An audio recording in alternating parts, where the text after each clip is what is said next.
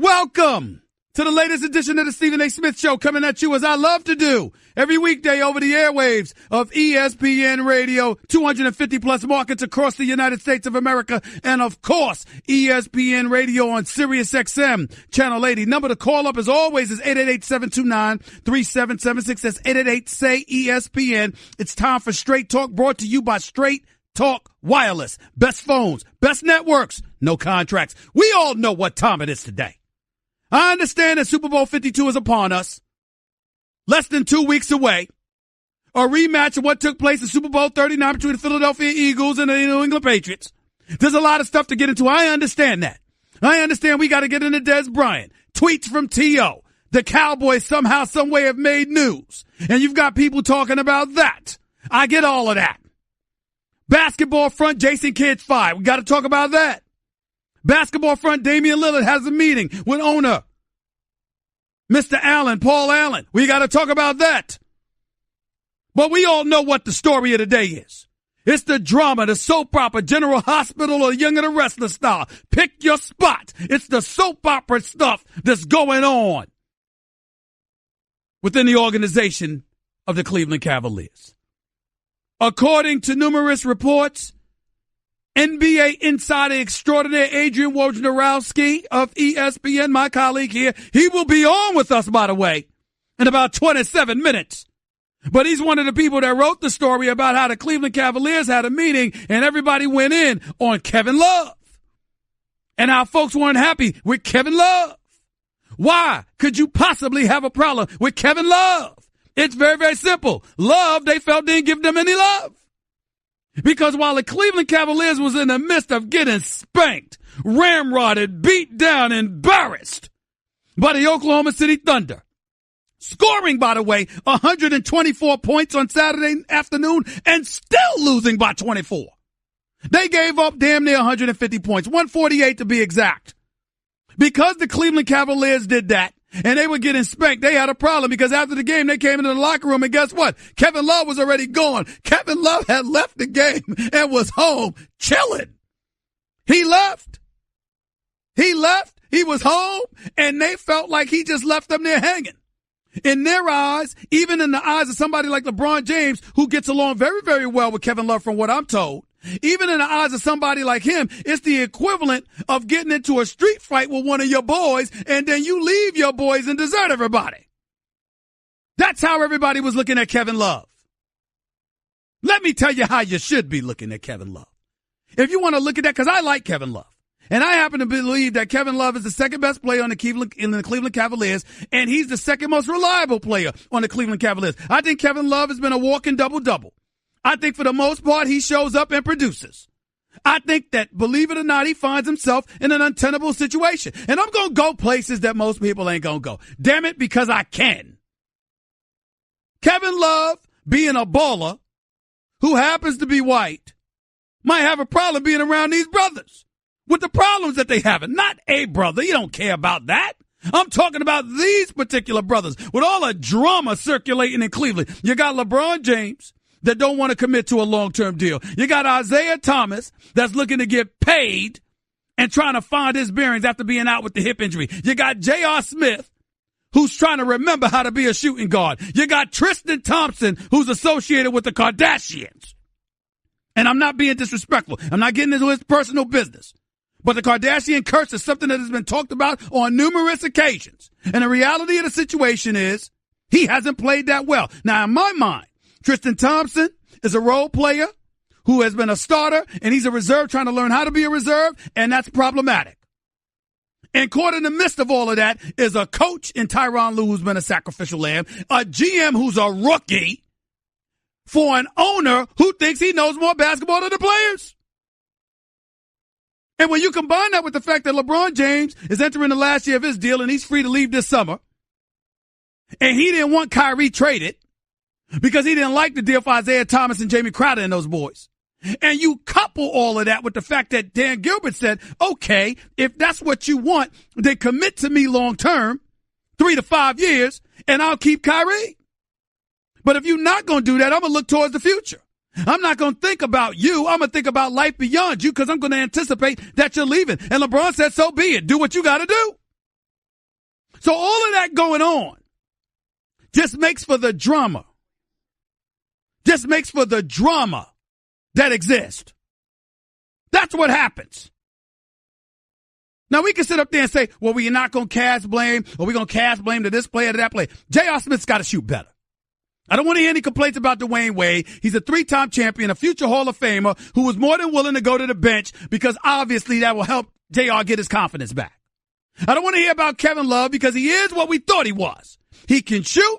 He can rebound. That's what he does. And we all know it. Stop it if you're trying to say otherwise. Tristan Thompson, he's got to play better, but he is a role player. Isaiah Thomas, look, he is what he is. The brother can score. And when healthy, he could average 20 to 25 a game. And when healthy, he's a scoring dynamo. But he's miniature. As a result, he can't defend most people in the NBA because he's not some Muggsy Bogues type that's pressuring the ball 94 feet. He's got to defend in a half-court setting. And most, if not everybody in the NBA can shoot over him. That's a problem. He's strong as a pit bull, but he's short.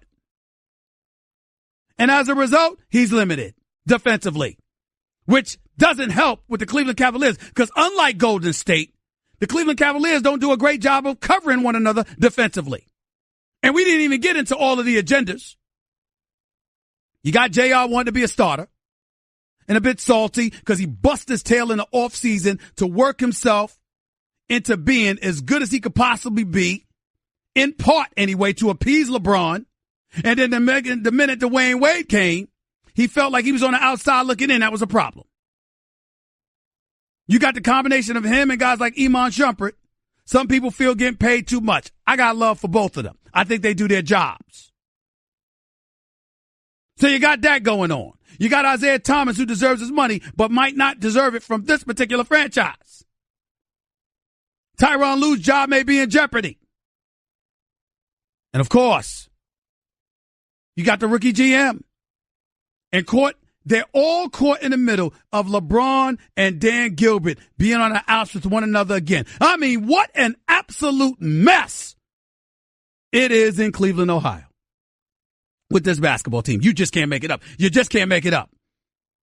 888-729-3776 is the number to call up. This 888-729-3776, 888-SAY-ESPN. The other item I'm going to get into is Jason Kidd being fired. Ladies and gentlemen, the team wasn't achieving as much as it should. With the Greek Freak, with Brogdon, with Bledsoe and others, maybe they should have been better. But my God, you can't give it time? You can't give it time. Just going to get rid of Jason Kidd just like that. I don't think it's right. But it's perfectly within Milwaukee's prerogative to do what they're doing. Here's what I really have a problem with. Jason Kidd's lost his job. Fizdale and Memphis has lost his job. Watson and Phoenix has lost his job. Ladies and gentlemen, when you look at the African-American coaches that exist, the Doc Rivers, the Tyronn Lues of the world, the J.B. Bickerstaffs with his interim tag. Ladies and gentlemen, at the rate things are going, by the end of this season, there may only be 2 black coaches in the entire NBA. Dwayne Casey in Toronto, who's one of the most fabulous coaches in the league. And, of course, Nate McMillan in Indiana. Everybody else might be gone. Tyronn Lue might be gone. Doc Rivers might be gone. J.B. Bickerstaff might be gone. I mean, what the hell is going on here? You got numbers crunchers and analytics dudes who are friends with other analytics dudes, evidently none who happen to be black, basically invading the NBA by ingratiating themselves with owners who understand numbers better than they understand the game and are more than willing to give those folks an opportunity that they're not going to accord to other people. There is something wrong going on here, and I'm going to tell you what's wrong. Where the hell are all of these black players speaking up about this issue? Where's the support? We want to speak against the president. We want to speak about social issues. We want to come to the end, to the defense of things that may have nothing to do with us. We want to use our Twitter and Facebook and Instagram accounts. But when it comes to the issue of black coaches and the challenges that they face in a league that's over 70% black, we haven't heard a damn word from these players. And I'm not counting LeBron and D Wade speaking up for Fizdale because Fizdale was an assistant coach in Miami. That's one of their boys. And I appreciate their support, but that's just support from the peanut gallery. That's your man. And you giving him love. I'm talking about the issue of the dissipating number of African-American coaches in a sport of basketball. This ain't the National Hockey League or Major League Baseball. This is basketball. And cats who never played, but no numbers, are taking over this league. And the Fred Hoibergs in Chicago, and the Dave Yeagers in Sacramento, and the Brett Browns in Philadelphia and others keeping their jobs, while African-American coaches are falling by the wayside. No one has a problem with that? You're a black NBA player, you have nothing to say about that? Nothing. But you got time to talk about the president or something else. But not this issue, huh? Okay.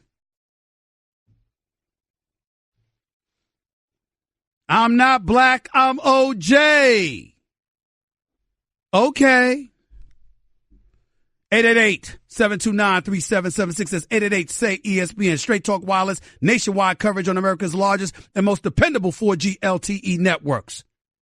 In case you didn't notice, I'm just getting started. I got a whole bunch of energy today. Oh, I can't wait. I'm mad. We got to go to commercial.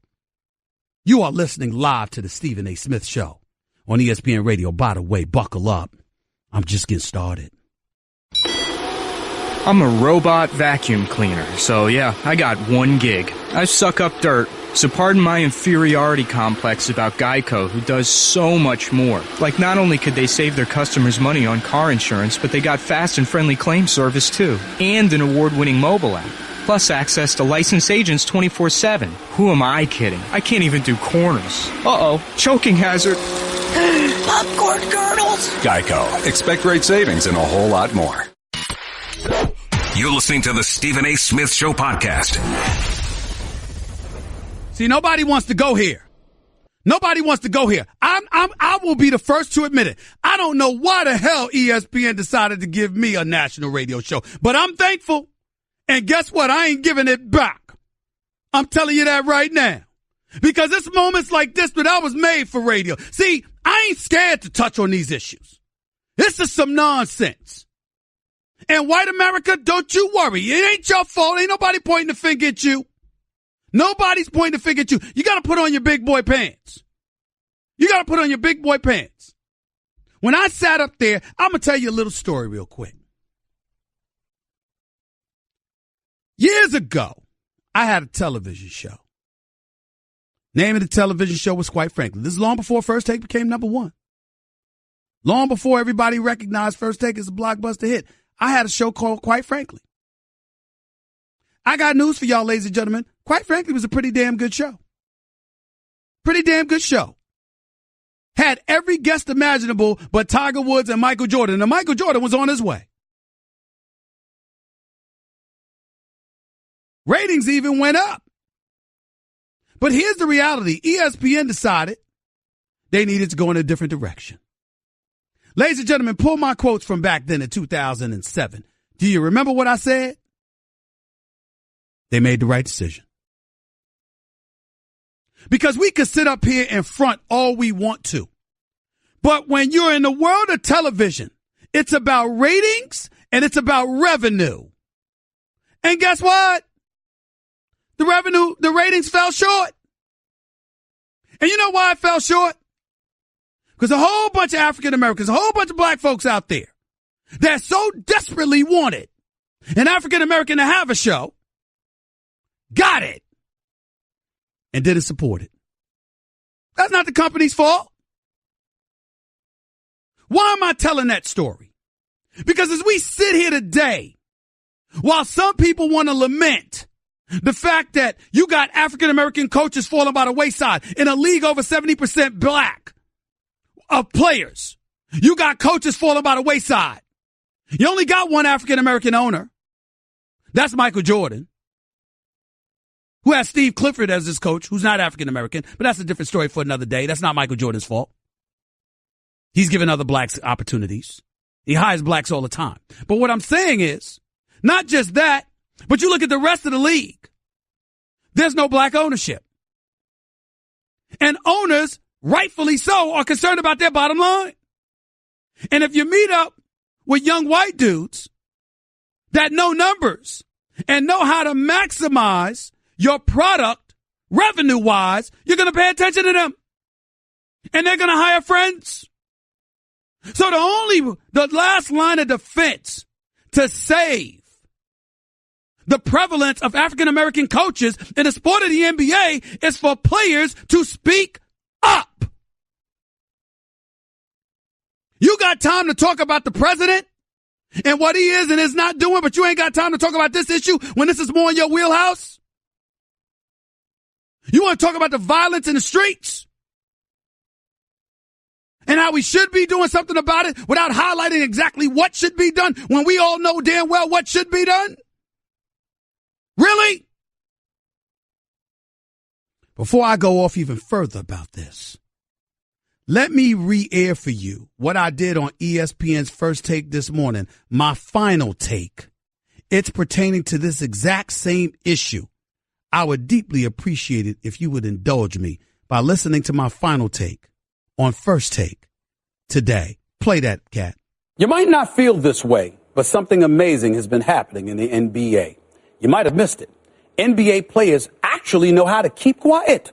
They may not know how to keep quiet over protest issues involving the president of the United States of America, or other social issues where it would be impossible to aim criticism in their direction because, well, criticism can't possibly come your way when you're willing to take a position almost anyone with sense would take. See the 2016 ESPYs, will you? But here's the thing. When it comes to the dismissal of black NBA coaches, the dwindling numbers that are appearing before our very eyes, where is all the noise of support from black players? Yes, I know that both LeBron James and Dwayne Wade echoed words of support for David Fizdale when he was axed in Memphis. But I'm not talking about obvious support from the peanut gallery, the kind that can easily be dismissed due to personal relationships. I'm alluding to the bigger issue of black coaches being pushed out, of a tolerance level that has vastly lowered where they're concerned, and how it's been enabled by a body of NBA players who seem unwilling or flat out scared to speak out against this alarming trend. Make whatever case you want to justify Fizdale, Ert Watson in Phoenix, or now Jason Kidd in Milwaukee getting fired. But how is it that barely a word is uttered when white contemporaries who get to keep their jobs? Fred Hoiberg is still employed in Chicago, earning $5 million a year. Scott Brooks is in the nation's capital, earning an average of $7 million per, with his Wizards underachieving. Dave Yeager has a job in Sacramento paying him $4 million per year, in case y'all missed it. And Brett Brown is in the midst of an extension in Philadelphia, despite having a 97-274 record. Do y'all get the point? No, I'm not calling for folks to be fired. Not any of them, because there are mitigating circumstances that warrant consideration and understanding. What I'm asking is simple. How in the hell can a league where more than 70% of its players are African American have barely anything to say at all about the diminished number of black coaches?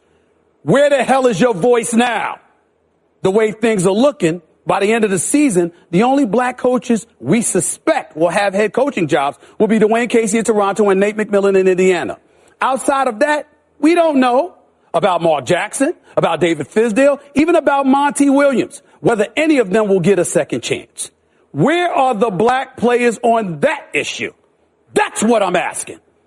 I think it's an appropriate question, especially on a day like today following Jason Kidd's firing, when the star player who stepped up on his behalf happens to be from Greece.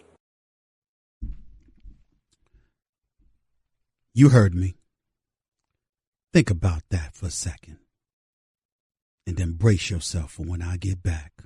Because like I said, I'm just getting started. More to Stephen A. Smith Show on ESPN Radio in a minute. Guess what? You're in the middle of the Stephen A. Smith Show podcast. Damn it, I mean it! 3 minutes past hour. Number one back here on the Stephen A. Smith Show, ESPN Radio. I got more coming. But I'm going to pause on that particular subject that I was addressing about NBA coaches and speak to the man on the NBA, the insider extraordinaire. I'm proud to call him a colleague. He's been doing it up for many, many years as an elite insider on the National Basketball Association. I'm talking about my buddy, the one and only Adrian Wojnarowski. What's going on, buddy? How you doing, Woj? Steven, I'm great. Thanks for it's an honor to be in the studio. It's the first time we're in studio together, Woj. I love it. Oh, I love it. I love it. Listen, let's get right. This is big time. No question. Thanks to you. Let's get right to it, because obviously you broke the story about the drama going on in Cleveland. So just encapsulate it for us all. They get blown out by Oklahoma City Saturday. Somehow they score 124 points and still manage to lose by 24, which is just a rarity in NBA annals. What happened with Kevin Love and the Cavaliers right after? Well, Love left the game sick and left the arena before the game was over. Then missed team went home, did not go to Sunday's practice, said he was ill. And then when he showed up on Monday, and this was an issue, the 2 days he had left the arena, then that Sunday, I know this was a point of discussion among the team. And then when he came back before practice on Monday in Cleveland, there was a team meeting. Players wanted to confront not only him on this, I'm told, but management, the coaching staff, asking if they were holding him accountable for what they felt was, did he bail on us? And so it got emotional. It got loud in there, I'm told. And, like I've said this earlier today, like there is a culture of finger pointing in Cleveland, and it goes around the locker room. It goes to coaches. It goes to ownership, front office. There's always a lot of blame to go around, especially even when things are going well, but especially when they're not.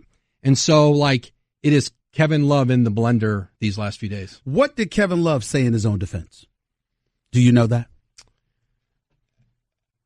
I think he tried to make the case to people that he wasn't well. And I think that there's, I think there was some sense of that guys may try to accept it. I think there were some who were not accepting of whatever was going on with him, what they perceived to be the issue. But there's just a lot of, all these things with Cleveland and about, can they turn the switch on? Can the group get back together? And here's the difference between, they don't have Kyrie Irving anymore. They are a diminished team. This is not the same team. That trade, did not strengthen them in other ways to make the loss comparable. They lost a superstar player, and we can go around all these other things. That's at the crux of this. They're not good enough right now. We're talking to Adrian Wojnarowski right here with Stephen A. on ESPN Radio. Let's get deeper into this from this perspective. I made the argument before the season began, or actually when the trade took place. I was told that LeBron told Dan Gilbert, I'd rather go with the horses that we have. Don't trade Kyrie. Not for this deal with Isaiah Crowder and others. Dan Gilbert wanted a 3 to 5 year commitment. LeBron said, no, that's not what's going to happen. And the belief is that since that time, LeBron has his agenda. He's trying to play, capture another championship. Then he might leave. Dan Gilbert's mentality is, I'm not committing to anything long term. As long as you're not committed, I'm not committed to doing anything for you long term. If you're not willing to commit here long term, how accurate is that depiction? Based on what you I think all the things you said, the one thing that I'm not sure about that you said there, and I think it's all very accurate, and I'm not saying this isn't accurate, but I am not positive that LeBron told him, I don't want you to do that Boston trade. I don't know that he may have, but I don't know that. But certainly ownership wanted a commitment. He wasn't willing to give it, and now they're in a position where LeBron wants the best chance he can have to win with this current team, and the best chance he has is for them to trade that Brooklyn pick that Cleveland has, and they are more than reluctant to trade it. Like, they're only going to move it, like Paul George is a player that would inspire them to move it, I'm told. Well, Paul George isn't available, and I don't think he's going to become available to deadline. Or a really good young player on his rookie contract, and those guys don't become available. So they're going to hedge their bets in Cleveland right now on their future, because if LeBron's going to leave, they're not going to turn that pick into somebody who could just be a rental. One could have argued that if LeBron decides to get up and leave, you still would have had Kyrie, who had 2 years left on his deal. So why move him? Why did Dan Gilbert move Kyrie Irving? Why did he capitulate to Kyrie's wishes? It's a good question. I think that they didn't want, I think they were very concerned about that the deterioration of the relationship between Kyrie and LeBron and then Kyrie and the organization, that it would just be, there would have been too much drama. I don't think they wanted to live with the drama that would have played out. Now, they may have won and they may have figured out, and I think Ty Lue was fine with them. I think Ty Lue's attitude was, I'll coach these guys. But I think in the end, they felt like moving Kyrie spared them the circus and training camp. They didn't want to go through it anymore there. And was it the right decision, the wrong one? It was. I don't think they had the stomach for like those two going at it all year. Adrian, we hear so much speculation about whether LeBron is going to stay or go. Based on what you're seeing, combined with what you have heard, is this LeBron James' last year in Cleveland? I don't know. Because I think free agency, I think there's points where a guy is pretty convinced he's going to go one way or another. Like last summer, he may have been convinced, I'm going to go somewhere else. And then guys change their minds so much. They just do. Anybody who has a big decision typically changes their mind. You go through it, and things change. And a place that might look appealing to him last summer may look less appealing by July 2nd or July 3rd. I just wouldn't rule out anything with him. He could stay in Cleveland on a short deal again. He could do another. Let's say he doesn't see anything out there that really makes sense. Does he just do another 1-year deal in Cleveland? I won't pretend to speculate on, but I know this. Cleveland is preparing as if he's going to leave. I mean, that's a fact. They did that trade with Boston under the assumption he's not going to stay. Now, that doesn't mean, but as an organization, you have to plan for that. That doesn't mean you're not trying to keep him, but I don't think they want to be left in wreckage when he goes. I think they want to be able to feel like they can pivot in some directions. And that's why now they're hesitating. They've talked about George Hill and a deal with Sacramento.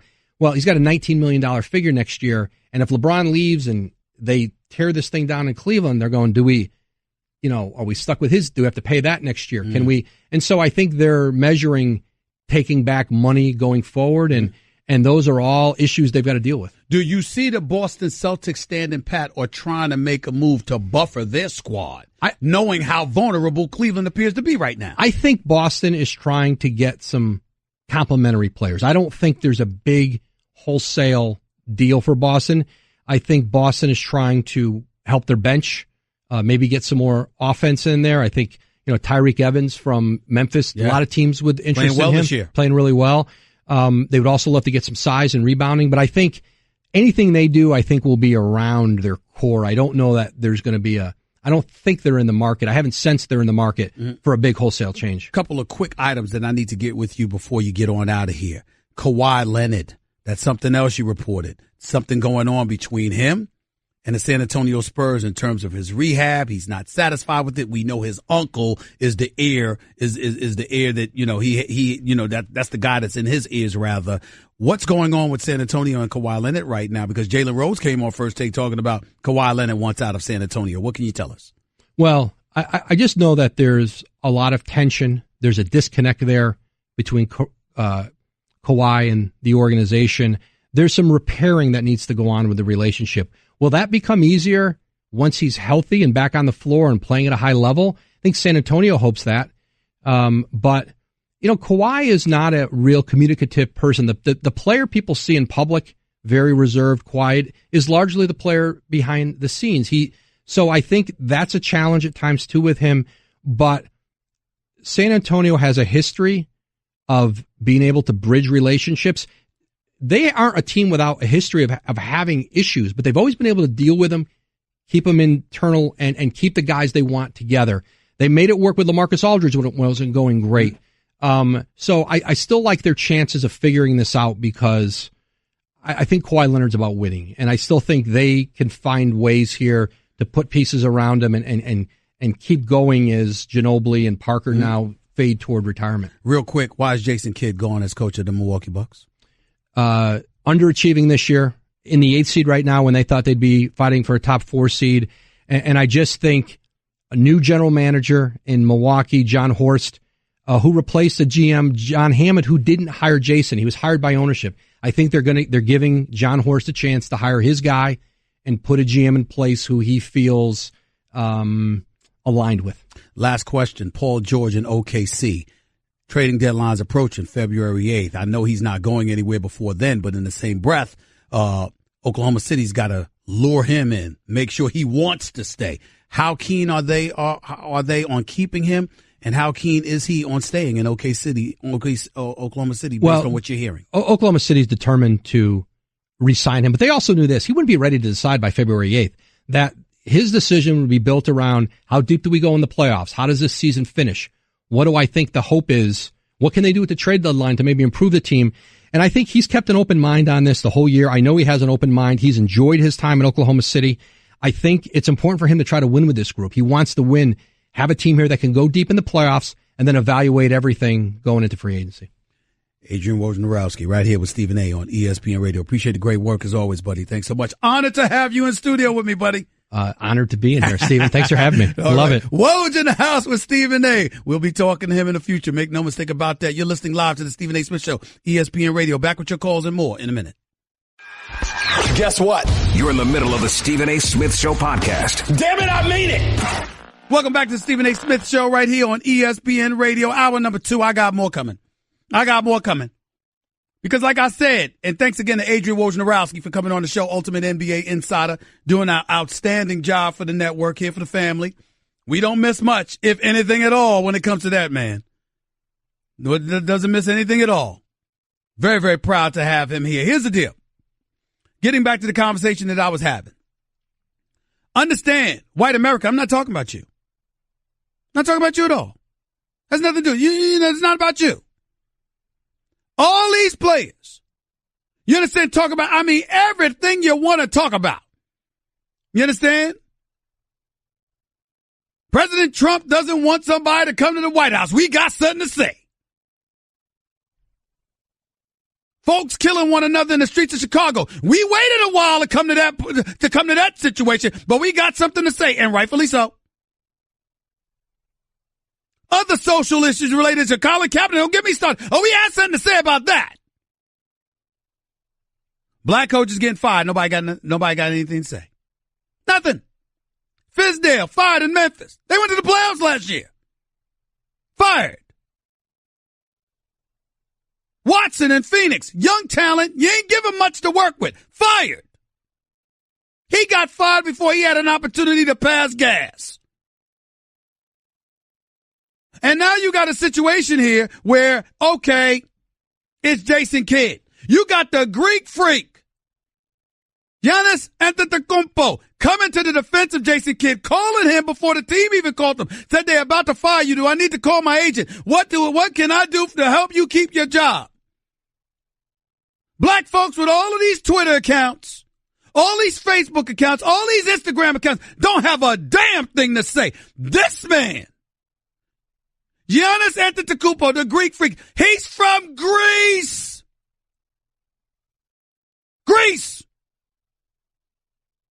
And got more to say than some of these dudes. And, oh, by the way, in case y'all didn't notice, I said over 70%. Let me be specific. A report based in 2017, 74.4% of all NBA players are African American or black. And if you take into account people of color, meaning international players, that number's up to 80.9%. Y'all ain't got nothing to say.